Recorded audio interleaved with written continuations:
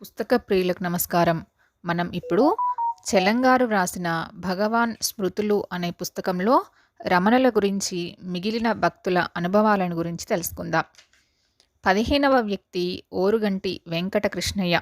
ఈయన మేనత్త భర్త చివుకుల వెంకట శాస్త్రి గారు రమణగీతలో భగవాన్ని ప్రశ్నించిన వారిలో ఒకరు. చిన్నప్పుడే వారింట్లో రమణగీత, రమణ చరిత్ర చదవడం, భగవాన్ ఫోటో చూడడం జరుగుతుంది.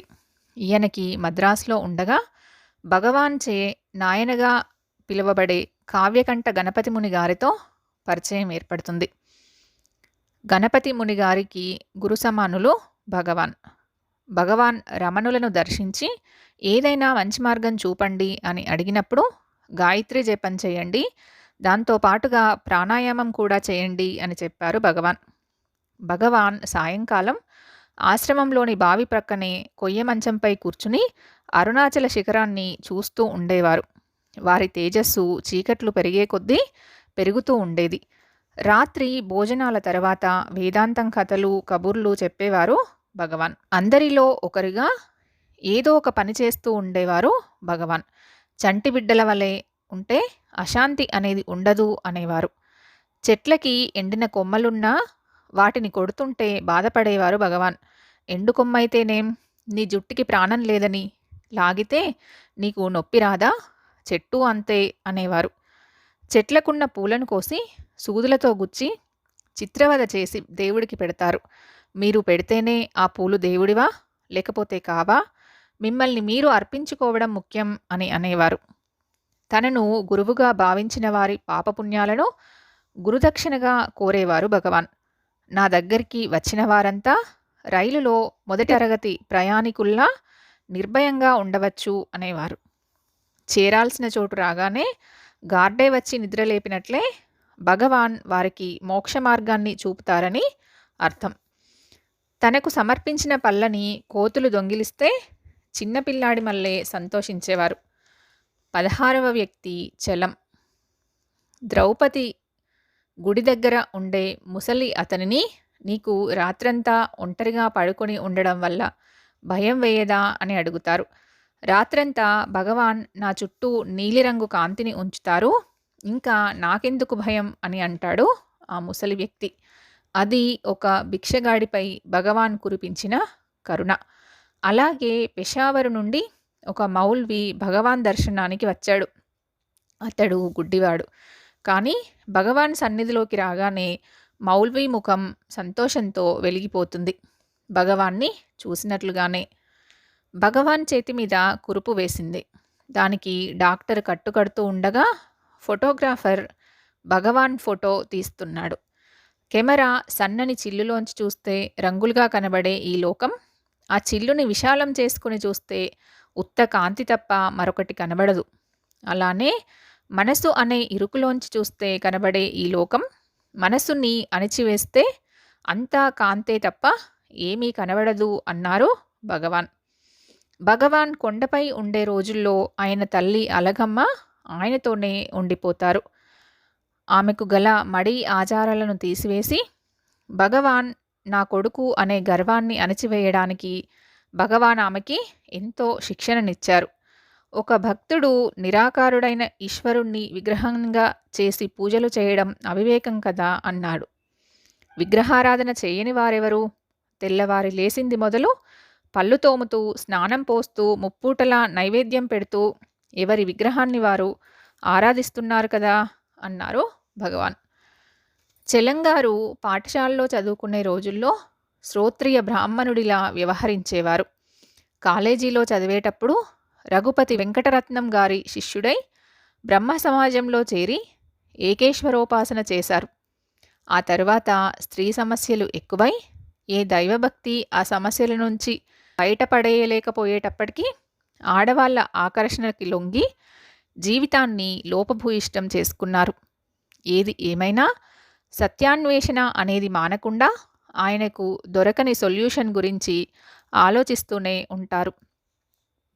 అలాంటి సమయంలో దీక్షితులు గారి సహాయంతో అయిష్టంగానే రమణాశ్రమానికి వస్తారు చలం. కానీ చలం ఎప్పుడెప్పుడు అక్కడి నుంచి వెళ్ళిపోదామా అని అనుకుంటూ ఉంటారు. ఒకరోజు కొండపై నుంచి వస్తున్న భగవాన్కి అడ్డు తొలగి అందరూ దారిస్తూ ఉంటారు.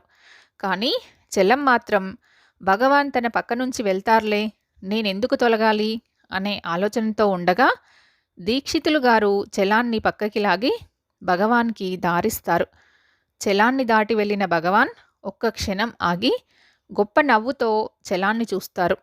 అప్పుడే నన్ను జయించారు భగవాన్ అంటారు ఆయన. ఇంటికెళ్ళగానే అందరూ రమణాశ్రమ విశేషాల్ని అడుగుతారు. భగవాన్ నేనెవడను అనే సాధన చెయ్యాలని అక్కడి భక్తులతో చెప్పేవారు అని చెప్పి మర్నాటి నుంచి చలం ఆయన పెద్ద కూతురు సౌరిస్తో కలిసి సాధన చేయడం మొదలు పెడతారు. సౌరిస్ ప్రోద్బలంతో చాలాసార్లు రమణులను దర్శించుకోవడానికి వచ్చేవారు చలం.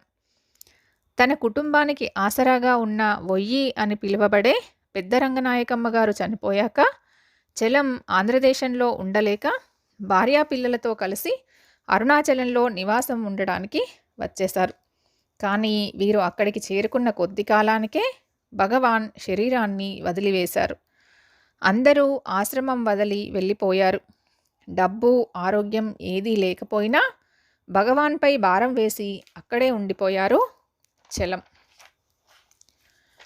17వ వ్యక్తి సౌరిస్. షౌగా పిలువబడే సౌరిస్ చలంగారి అమ్మాయి. మొట్టమొదట భగవాన్ ఫోటో చూసి ఈయన ఇలా బట్టలు సరిగ్గా వేసుకోకుండా ఫోటోలు తీయించుకుని పత్రికలలో వేయించుకుంటాడు అనుకునేది. పాల్ బ్రంటన్ రాసిన భారతదేశంలో నా ఆధ్యాత్మిక అన్వేషణ అనే పుస్తకం చదివినప్పటి నుంచి భగవాన్ని దర్శించాలనే కోరిక ఎక్కువ అవుతుంది షౌకి. కానీ భగవాన్ని దర్శించాక ఆయనను మించిన సౌందర్యం, శ్రావ్యమైన కంఠధ్వని, ప్రశాంతమైన చిరునవ్వు ఎక్కడా లేవు అనుకుంటుంది. తన చిన్నతనం నుండి కంటికి కనబడే ప్రపంచం వాస్తవమా లేక కళ అని ఆలోచిస్తూ ఉంటుంది. తండ్రితో కలిసి హూ ఆమై అనే సాధన చేయడం మొదలు పెడుతుంది. రమణాశ్రమం చేరుకున్నాక భగవాన్ సన్నిధిలో సంతోషంగానే ఉన్నా ఆశ్రమ నిర్వాహకుల ప్రవర్తనతో విసుగ్గా అనిపిస్తుంది షౌకి. షౌ అరుణాచలం నుంచి లేఖ అనే రచనను చేశారు. దాన్ని భగవాన్ తమిళంలోకి ఇంగ్లీష్లోకి అనువదింపజేశారు. భగవాన్ సన్నిధిలో గాఢమైన సమాధి స్థితిలోకి వెళ్ళేవారు షౌ. భగవాన్ శరీరాన్ని వదిలిన సమయంలో షౌ మద్రాసులో ఉంది. ఆమె తిరిగి వచ్చేటప్పటికి రమణాశ్రమం ఎడారిలా మారిపోయింది. భగవాన్ భౌతికంగా కనబడనంత మాత్రం చేత వీరంతా రమణాశ్రమాన్ని ఎందుకు వదిలేస్తున్నారని బాధపడుతుంది షౌ. రమణుల సమాధి దగ్గర కూర్చుని సాధన చేస్తూ ఉండేది. ఇలా జరుగుతూ ఉండగా ఒకరోజు షౌకి ఈశ్వర దర్శనం అయ్యింది. ఆయన ఎన్నో విషయాలను గురించి మాట్లాడారు షౌతో. ఆ రోజు నుండి ఈశ్వరుడు షౌలో నుండి మాట్లాడుతూ ఆమె ఇంట్లో వాళ్ళందరినీ గైడ్ చేస్తూ ఉండేవాడు. ఈ విషయాన్ని కొందరు నమ్మారు, ఇంకొందరు నమ్మలేదు. కానీ భగవాన్ తన లీలలతో నిరంతరం మనందరినీ నడుపుతున్నారు అంటుంది షౌ. ఇది భగవాన్ స్మృతులు అనే పుస్తకం యొక్క సారాంశం. భగవాన్ రమణ మహర్షి పేరు తెలియని వాళ్ళు లేరేమో మన తెలుగునాట.